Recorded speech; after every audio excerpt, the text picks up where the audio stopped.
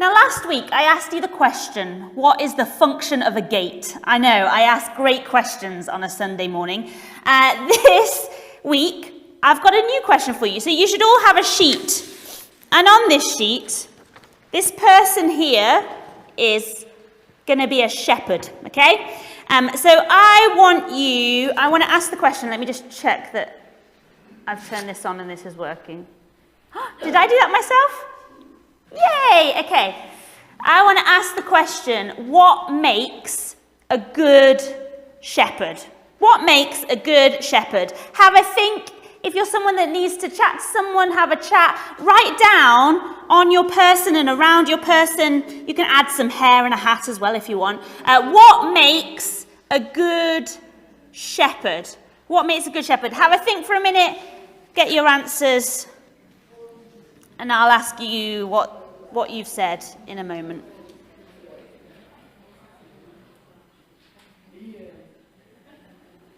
Does anyone fancy telling me what they think makes a good shepherd? Lottie, you've got it. Knowing their sheep. Is that what you said? Naming their sheep. Oh, yes. A good shepherd names their sheep. I like that one. Anything else? I heard patience. Patience. Someone said patience. Yeah? Oh, I'm going to have to come down because, you're going to have to shout really loudly. What did you say? Selfless. Brilliant answer. A shepherd is selfless. Anyone else got any answers? Compassion. Eyes to see. Nice to see? Eyes. Oh, eyes to see. Okay. And ears to hear. Kindness. Someone who cares and watches over us. Someone who cares. Kindness. Make sure they've got plenty to eat and drink. Mark, you're about to say something. Check their teeth. Oh, checking their teeth. Responsible. Brilliant. Cares. Protective. Observant. Gosh, we really know how to be good shepherds here, don't we? Two good dogs. Oh, attracted to good dogs. Attracted to good dogs. Likes good dogs. Yes. Everyone should like good dogs. I've met some very good dogs this weekend. Anyway, that's a side note. There are loads of different answers of what makes a good shepherd. And Jesus in this passage said, I am the good shepherd. Shall we say that together so it's really cemented? Jesus said, what? I am the good shepherd. But what makes Jesus a good shepherd? Now, you might want to write these down around your shepherd, if that's helpful for you to remember. I've got a couple of things. A good shepherd lays down their life for their sheep. Now, this is a picture not of a random couple. This was my grandma and granddad. They both died quite a while ago now. Loved them very much. And my grandma was a proper Stockport woman, born and bred. Very strong Stockport accent, if you know what that's like. And as a child, my grandma, whenever we walked down the road, would make me walk on the inside of her. So if we were walking down the road, she would always stand nearest to the cars. I don't know if anyone has children or grandchildren and they do the same thing, but my grandma was very keen on this and she'd tell me off, because she likes to tell me off, whenever I was standing on the wrong side of her. And whenever she did this, I would be like, why? And her answer was simple. If we get hit by a car, I'm getting hit first. That's what she used to say to me, very plain speaking. And it might sound like a silly answer, but I still remember that many, many, many years later, because to a small child, that was a small example of what love looked like, what sacrificial love looked like. Jesus, the Good Shepherd, goes into that place of risk for the ones that he loves. We have a Good Shepherd. When Jesus says, I am the Good Shepherd, it shows us what love looks like. Because Jesus' life was the ultimate sacrifice so that we could have life with God. And this love is so far-reaching. Let's just try this for a minute. Can you reach as far as you can? Now, some of us can reach wider than others, or higher. But it's so far-reaching that it goes beyond as far as we can physically reach. It goes beyond all that were before Jesus thought when they thought about what a Messiah was. And Jesus says, I have other sheep that are not in this sheep pen. I must bring them also. Jesus wasn't just laying down his life for some people. Jesus was laying down his life for all people. I wonder if you know, like that little story with me and my grandma, if you've ever felt that sacrificial love. Maybe you've seen that example in your own life. When Jesus says, I am the good shepherd, and the good shepherd lays down their life, think about that person that's done something similar for you, so shown you sacrificial love. Because that's just a scratch on the love that Jesus shows. A good shepherd lays down their life for their sheep. Second thing, a good shepherd knows their sheep. I'm going to show you a clip now. It should have sound. Let's watch this together. Oh, not that.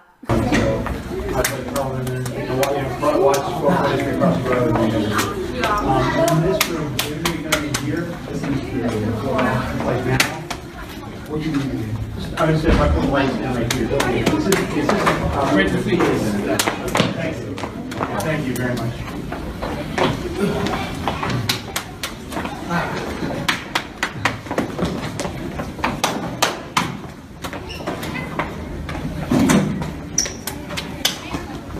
You ready, Chef? I'm gonna be ready. You ready? All right, what you got?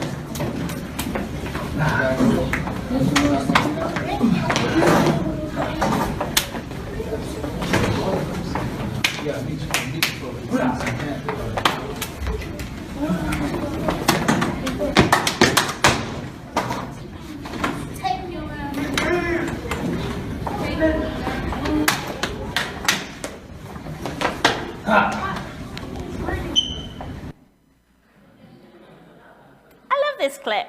If you haven't guessed, that's a teacher. And this teacher has taken the time to know and learn about every single one of his students.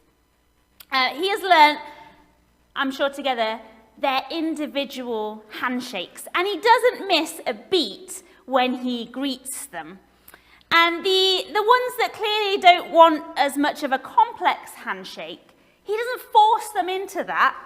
He just does a nice, simple handshake with them. He's also called Barry White Jr., which is just a great name. And I am sure that each child in that class feels known and feels loved by that teacher. Now, I want you to think for a moment again about those people in your life that you know really, really, really well. It might be a friend, it might be a spouse, it might be a parent, a child, a grandparent. And I want you to picture them in your mind and all of the ways that you know them, that you know those little details about them. You just instinctively know when they're pickled. You instinctively know when they are full of joy. You know them really, really, really well. Jesus suggests that the Good Shepherd knows their sheep. And he goes further and says that it's like his relationship with his heavenly Father. What does that look like? I think that looks like being known. And being known looks like joy and delight. When Jesus was baptized, a voice from heaven said, "You are my Son, whom I love. With you I am well pleased." And it is with that joy and that delight that Jesus, the Good Shepherd, knows us. I'm going to show you another picture now. It looks like I'm taking you through my whole family snaps. This is my dad. It's his birthday today. With my niece on holiday just a few weeks ago. I absolutely adore this photo. I just think it is exactly their relationship to a T. When my dad became a granddad, he's known as Pop Pops, that's what we call him. He really, really, really likes being Pop Pops. He became the world's most doting Pop Pops that you could ever imagine. And if you have a conversation with him, it will probably end up with him at some point getting out his phone and showing you a picture of Scout and something that she's done recently. He absolutely loves her. Even when she's in a pickle, he utterly adores her. Scout is a joy and a delight to him, as you can see from this picture. And yet, that is just a glimpse of the joy and the delight that Jesus has in knowing us. Jesus loves to know us. I wonder who you know that has such joy, that you have such joy and delight in. And when Jesus says we are known, think about that joy and delight that you have for those you love. And again, that's just a scratch from our knownness to the Good Shepherd. And as well as a joy and delight, I think in being known, there is also this complete understanding of who we are, all that we are, our strengths, our weaknesses, our joys, and our sorrows. Just as the Father knows me and I know the Father, there is an intimacy in the relationship with God, the Father, and Jesus. And that is similar to the Good Shepherd's relationship to their sheep. Jesus' relationship with us is about complete understanding of those moments of joy and those moments that are slightly trickier. Now, all of our earthly relationships fall short of what it is to be known by the Good Shepherd that lays down his life for his sheep. But we get a glimpse, we get a scratch. We think of that person, my grandma, her self-sacrificial love. We think of Pop Pops and the joy and delight that he has. It's just a scratch. Now, we thought about shepherds. You will see on the other side of your piece of paper a sheep. Yay. I'm going to ask you another question. What makes a good sheep? So find your piece of paper again. Again, if you want to chat to someone else, you can have a little chat with them. What makes a good sheep? We might find just some general interesting sheep facts in this exercise, which I'm looking forward to. What makes a good sheep? Here we go. Odd question, I know, but we're going with it. What makes a good sheep? Okay, does anyone want to tell me what they think makes a good sheep? One that doesn't stray away from the shepherd. Brilliant, yes. A sheep that obeys the shepherd? Yes. Anything else? Stays with the flock. I heard something at the back here. Wool and meat. Good wool, good meat. We'll leave it. Okay, we're going to acknowledge that some of us like eating sheep here. Follows. Understands their heft. Oh, what's is that the Their heft. the heft? They live on the hills. Oh, okay. I thought you talked about their weight. Sheep understands their heft, where they live. Make sure he doesn't go in the oven. Yeah, we've established. Maybe this was a bad question, but we're going with it. What makes a good sheep? Now, obviously, when Jesus talks about the good shepherd, Jesus is talking about himself, and when Jesus talks about being sheep, Jesus is talking about us. So what does it look like to be a good sheep? I think I want to first look at the word good, because good isn't about perfection or following all the rules. To be a good sheep isn't about always getting it right. I think to be a good sheep, we simply have to get to know the good shepherd. Good in the original Greek is the word kalos, which can mean noble or beautiful or right or proper, the model. We are imperfect sheep, but we follow the model shepherd. And for any good relationship, there is a kind of mutuality involved. So as the Good Shepherd knows us completely, we need to spend time growing in our relationship with the Good Shepherd. We need to spend time with God, remembering all that God is, all that Jesus is, and pondering God's ways, pondering the works and actions of Jesus. We need to spend time in the presence of the Good Shepherd so that we really get to know him. There's a song that I absolutely love. And the words, they go like this. I'm caught up in your presence. I just want to sit here at your feet. I'm caught up in this holy moment. I never want to leave. I'm not here for blessings. Jesus, you don't owe me anything more than anything that you can do. I just want you. What an incredible prayer for us. As followers of the Good Shepherd, there is something in us growing in a deeper desire to know Jesus and to enjoy spending time with Jesus. So I wonder how you spend time with the Good Shepherd. How can you build on that time? What does it look like for you this week to spend time with the Good Shepherd? And as we begin to spend time with the shepherd, we start to imitate the shepherd.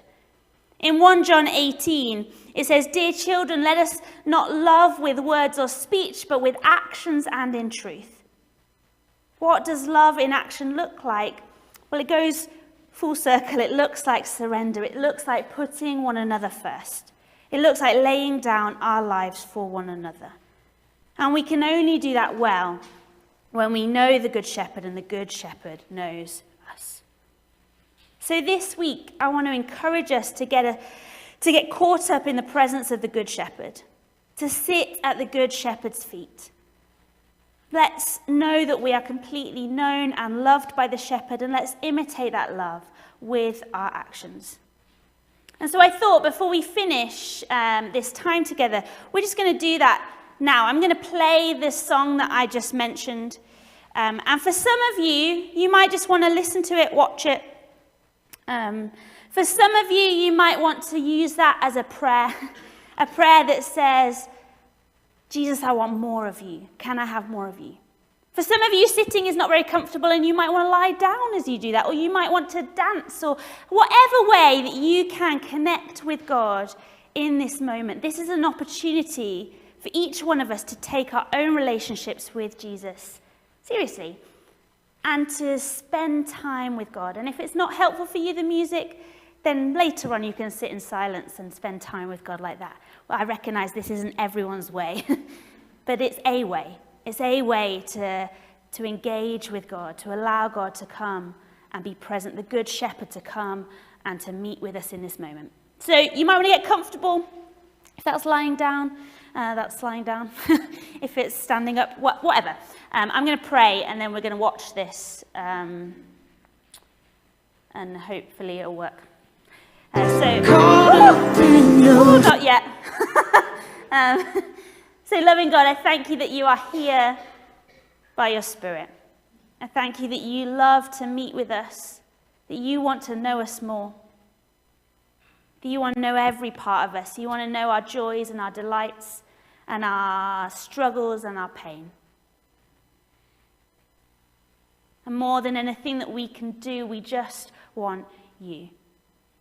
So may this time be a moment of meeting with you. Pray that in your name. Let's watch this together. Caught up in your presence, I just want to sit here at your feet. Caught up in this holy moment. Never want to leave. Never want to leave.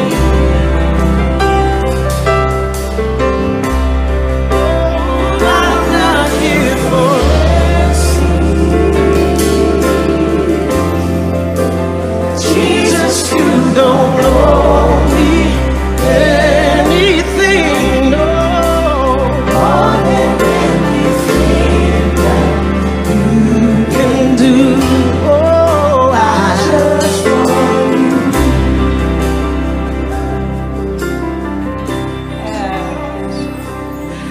sorry when I've just gone through the motions. I'm sorry. I just sang another song. When I just sang another song. Take me back to where we started. I open up my heart to you. Jesus, I'm sorry. I'm sorry when I've come with my agenda. I'm sorry. I forgot that you're enough. God, that you're enough. Take me back to where we started. I open up my heart to you. And I just want you. Nothing else. Nothing else. Nothing else will do. I just want nothing else. Nothing else. Nothing else will do. Tell him, I just want you. Nothing else. Nothing else. Nothing else will do. I just want you. I just want you.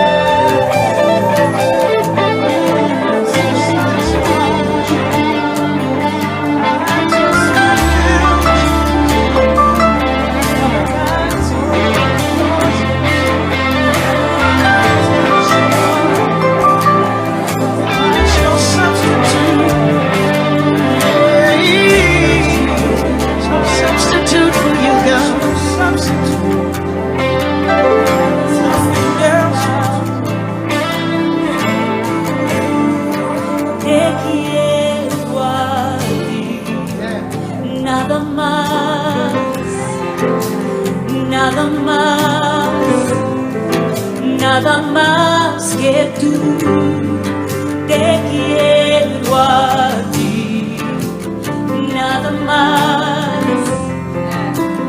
nada más, nada más que tú, te quiero a ti, nada más, nada más, nada más que tú, te quiero a ti, nada más, nada más, nada más que tú. Caught up in this whole